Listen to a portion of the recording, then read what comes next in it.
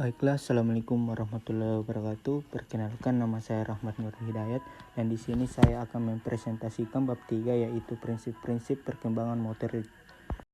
Dan di sini yang slide pertama, pengertian perkembangan motorik. Perkembangan motorik adalah perkembangan mengontrol gerakan-gerakan tubuh melalui kegiatan-kegiatan yang terkontrolasi antara susunan saraf, pusat saraf, dan otot. Proses tersebut dimulai dengan gerakan-gerakan kasar yang melibatkan bagian-bagian besar dari tubuh dan fungsi duduk, berjalan, lari, meloncat, dan lain-lainnya.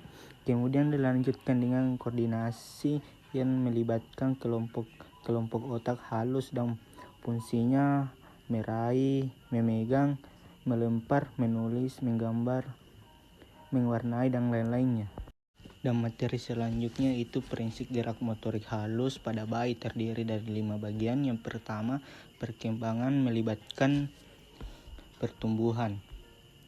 Perkembangan motorik ditandai dengan adanya perubahan ukuran, perubahan profesi, hilangnya ciri lama, dan mendapatkan ciri baru. Yaitu yang kedua, terdapat beberapa dalam perkembangan motorik individu, walaupun pola perkembangan sama, sikap anak akan melakukan pola perkembangan dengan cara dan kecepatan masing-masing. Yang ketiga, dapat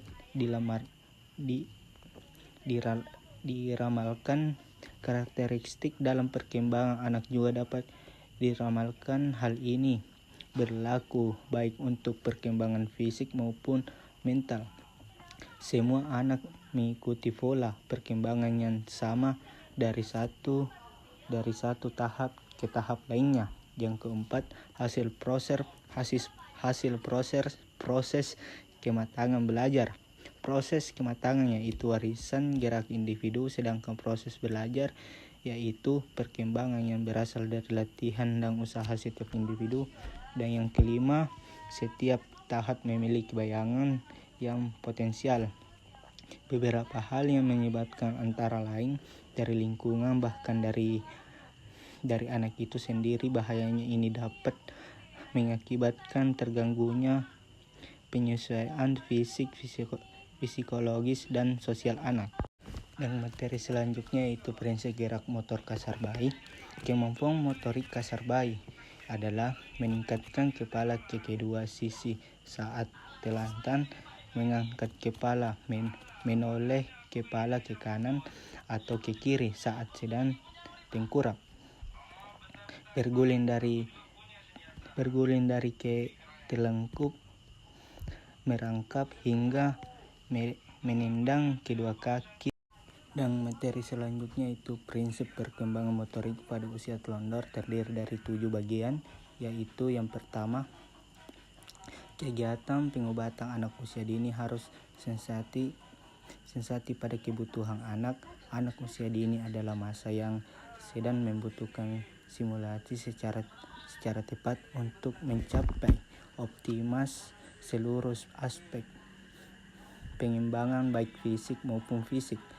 Dan yang kedua, upaya simulasi yang diberikan kepada pendidikan tahap anak usia dini 4-6 tahun hanya dilakukan dalam situasi yang menyenangkan. Yang ketiga, karakteristik dan individu. Aktivitas kreatif dan individu dapat dilakukan oleh pendidikan melalui kegiatan yang menarik, memberikan rasa ingin motivasi anak untuk berpikir kreatif dan menemukan hal-hal baru. Yang keempat, lingkungan kondisif. Lingkungan harus diciptakan sedemikian menarik sehingga anak-anak betah. Lingkungan fisik hendaknya memperhatikan keamanan dan kenyamanan. Yang kelima, mengembangkan keterampilan hidup, memiliki kemampuan untuk menolong diri sendiri. Yang keenam, perkembangan motorik kasar bergantung pada kematangan otak dan syaraf. Perkembangan motorik sangat meningkatkan oleh organ otak Organ otak. Otak adalah yang dilakukan setiap gerak yang dilakukan anak semakin menantang perkembangannya. Sistem saraf otak yang melakukan. Yang ketujuh, perkembangan yang sedang berlangsung terus menerus. Perkembangan motorik terus berlangsung sejak perubahan urat. Perkembangan dapat dilihat pada masa awal bayi. Mengendalikan perkembangan lebih baik dari area kepala. Saat ini perkembangan syaraf semakin baik. Prinsip perkembangan motorik pada usia persekolahan.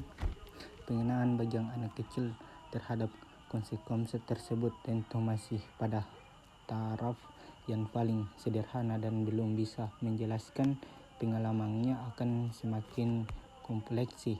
Dengan makin banyaknya pengalaman mereka, pengenalan konsep-konsep tersebut sangat berguna untuk perkembangan kondisi dan kontrol tubuh bagi anak-anak kecil. Aktivitas gerak fisik dan pengalaman yang diperoleh di dalamnya bukan hanya bermanfaat untuk perkembangan fisik. Perkembangan fungsi organ tubuh diperkembangkan. Kemampuan gerak melalui juga bermanfaat untuk perkembangan melakukan sistem maupun membaca, menulis, dan berhitung. Anak kecil akan lebih banyak mengekspresikan buah pikirannya melalui aktivitasnya. Dan yang materi selanjutnya itu prinsip perkembangan pada usia sekolah dasar, yaitu yang pertama, profesional. Perkembangan anak terdiri dari membangun pengalaman tentang dunia melalui adaptasi dan bekerja menuju tahap ketika ia bisa menggunakan pemikiran logis. Selama akhir tahap ini akan secara mental bisa mempresentasikan peristiwa dan objek.